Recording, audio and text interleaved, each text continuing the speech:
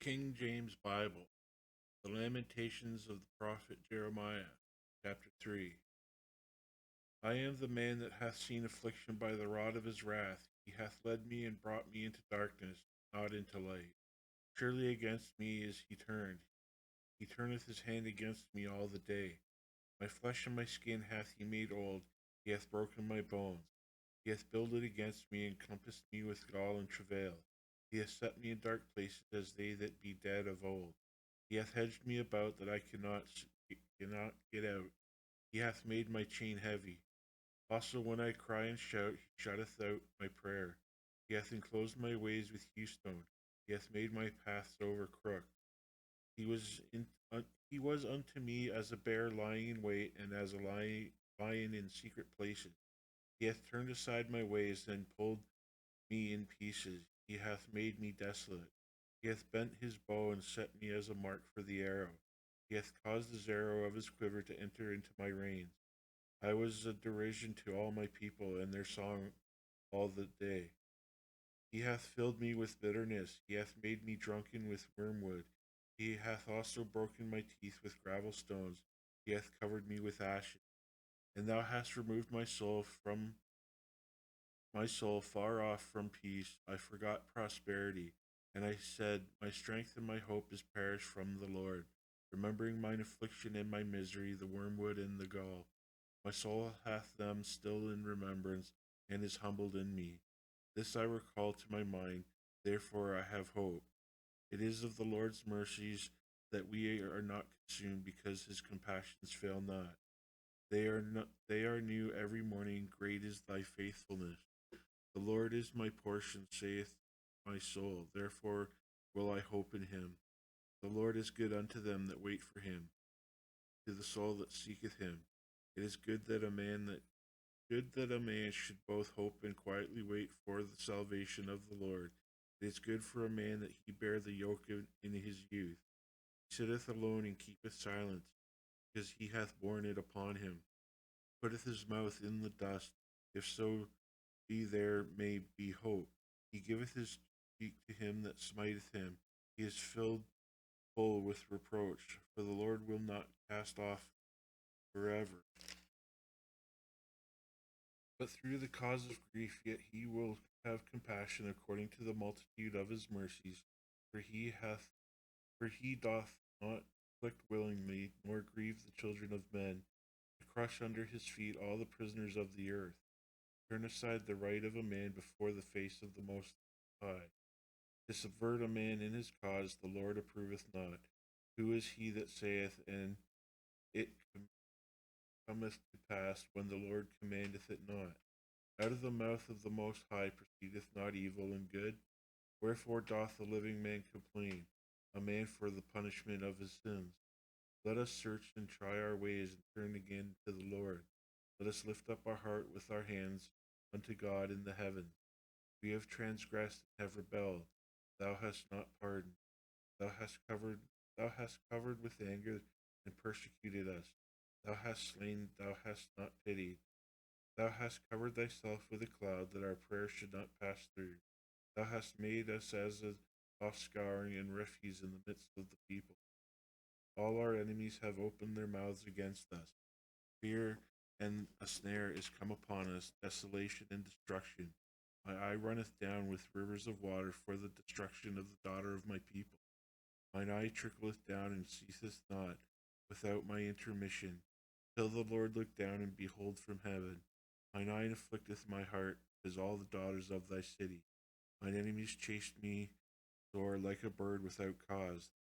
They have cut off my life in the dungeon, and cast a stone upon me. Waters flowed over mine head. Then I said, I am cut off. I called upon thy name, O Lord, out of the low dungeon. Thou hast heard my voice. Hide not thine ear at my breathing, at my cry. Thou drewest near in the day that I called upon thee. Thou didst fear not. O Lord, thou hast pleaded the causes of my soul. Thou hast redeemed my life. O Lord, thou hast seen my wrong, judge thou my cause. Thou hast seen all their vengeance and all their imaginations against me. Thou hast heard their reproach, O Lord, and all their imaginations against me. The lips of those that rose up against me, and their device against me all the day. Behold, they're sitting down and they're rising up. I am their music. Render unto them a recompense, O Lord, according to the work of their hands. Give them sorrow of heart, thy curse unto them. Persecute and destroy them in anger from under the heavens of the Lord. Chapter 4. How is the gold become dim? How is the most fine gold changed? Stones of the sanctuary are poured out in the top of every street. Precious sons of Zion, comparable to fine gold. How are they esteemed as earthen pitchers, the work of the hands of the potter? Even the sea monsters draw out the breast. They give suck to their young ones. The daughter of my people is become cruel, like the ostriches in the wilderness. The tongue of the suckling child cleaveth to the roof of his mouth for thirst. The young children ask bread, and no man baketh it unto them. They that did feed delicately are desolate in the streets, that they were brought up in the scarlet embraced dunghills. For the punishment of the iniquities of the daughter of my people is greater than the punishment of the sin of Sodom, that was overthrown as in a moment, and no hand stayed on her. Her Nazarites were purer than snow, they were whiter than milk, they were more ruddy in work in body than rubies, their polishing was of sapphire. Their visage is blacker than a coal. They are not known in the streets, their skin cleaveth to their bones. It is withered, it is become like a stick. They they that be slain with the sword are better that they be slain with hunger, for these pine away stricken through for what their fruits of the field. The hands of the pitiful woman have sodden their own children. They were their meat in the destruction of the daughter of my people. The Lord hath accomplished his fury, he hath poured out his fierce anger, and hath kindled a fire in Zion, and it hath devoured the foundations thereof. The kings of the earth and all the inhabitants of the world would not have believed that the adversary and the enemy should have entered into the gates of Jerusalem. For the sins of her prophets and the iniquities of her priests that have shed the blood of the just in the midst of her. They have they have wandered as blind men in the streets. They have polluted themselves with blood, so that the men could not touch their garments. They cried unto them, Depart ye, it is unclean. Depart, depart, touch not. When they fled away and wandered, they said among the heathen, They shall no more sojourn there. The anger of the Lord hath divided them. He will no more regard them. They respected not the persons of the priests. They favored not the elders. As for us, our eyes are yet failed for our vain help. In our watching, we have watched for a nation that could not save us. They hunt our steps that we cannot go in their streets. Our end is near. Our days are fulfilled, for our end is come. Our persecutors are swifter than eagles of the heaven.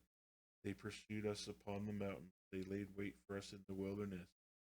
The breath of our nostrils, the anointed of the Lord, was taken in their pits, of whom we said, Under his shadow we shall live among the heathen.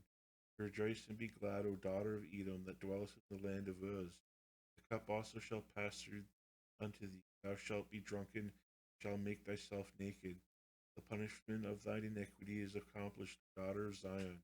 He will not he will no more carry thee away into captivity. He will visit thine iniquity, O daughter of Edom. He will discover thy sin.